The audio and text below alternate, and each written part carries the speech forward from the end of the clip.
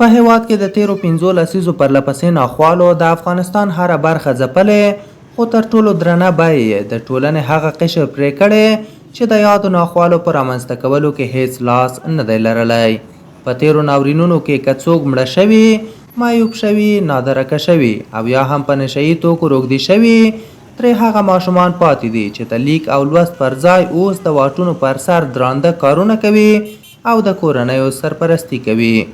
12 کلن صدام په هرات ولایت کې 11,000 افغان ماشومانو دی چې د انسان تر ټولو بنسټیز حق یعنې زده کړې هم د ژوند تر ټولو ستره هیله ده چې لا هم هیله پاتې ده.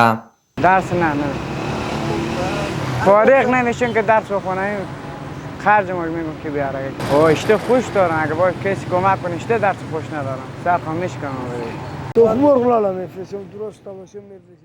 محمود په هرات ښار کې هګۍ پلوري چې د کورنۍ 8 کسانو سرپرستی ورتر غاړې ده، ان دا چې د کور کرایه هم ورکوي. بې سرپرسته ماشومان زیاتوي چې ډیری وخت په کور کې د خوړو لپاره ډوډۍ هم نه لري.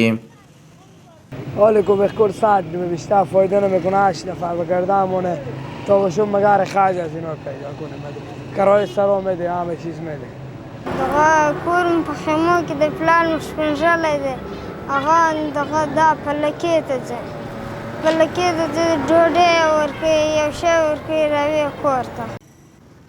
سپېلني لوګی کول، د بوټونو رنګول، د موټرو ښیښو پاکول او کباړ راټولول هغه کارونه دي چې په هرات کې ماشومان یې ترسره کوي.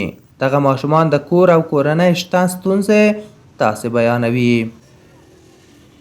کور ته وړه نه لرو، بالا دلته راځو د مجبوریه، دا ټپال ویو چې 200 یا 100 یا 50 یا 60 کار مو کوي، دا بالا وړو کور ته هلته بس یو من 2 منه وړه پکېږي، دا په دې بالا خپل ځان سره چلو. ماما mia så mycket سپندید میکنم، مادر معمولی هر چی کار میکنم میورم خونه. همداراز د هرات د کار او ټولنیزو چارو ریاست مسئولین زیاتوي چې په وروستۍ سروې کې چې څه موده وړاندې ترسره شوې وه، په دې ولایت کې شاوخوا 9,000 بې سرپرسته ماشومان شتون لري. د هرات ولایت په ښار کې تقریبا د 9,000 ماشومان شتون لري چې هغه داسې ماشومان دي چې معنا په د ښار کې یا په اصطلاح یو څپلي شی رنګوي، معنا دغه خیاباني اطفال چې ورته وایي. نو اوس دپاره د خاص سروې نه ده سوی، که داسې چې د اعمار لوړ تللی وي یا که داسې چې کښته راغلی وي، خو داسې خاص معلومات اوس نشته، سروې نه ده سوی.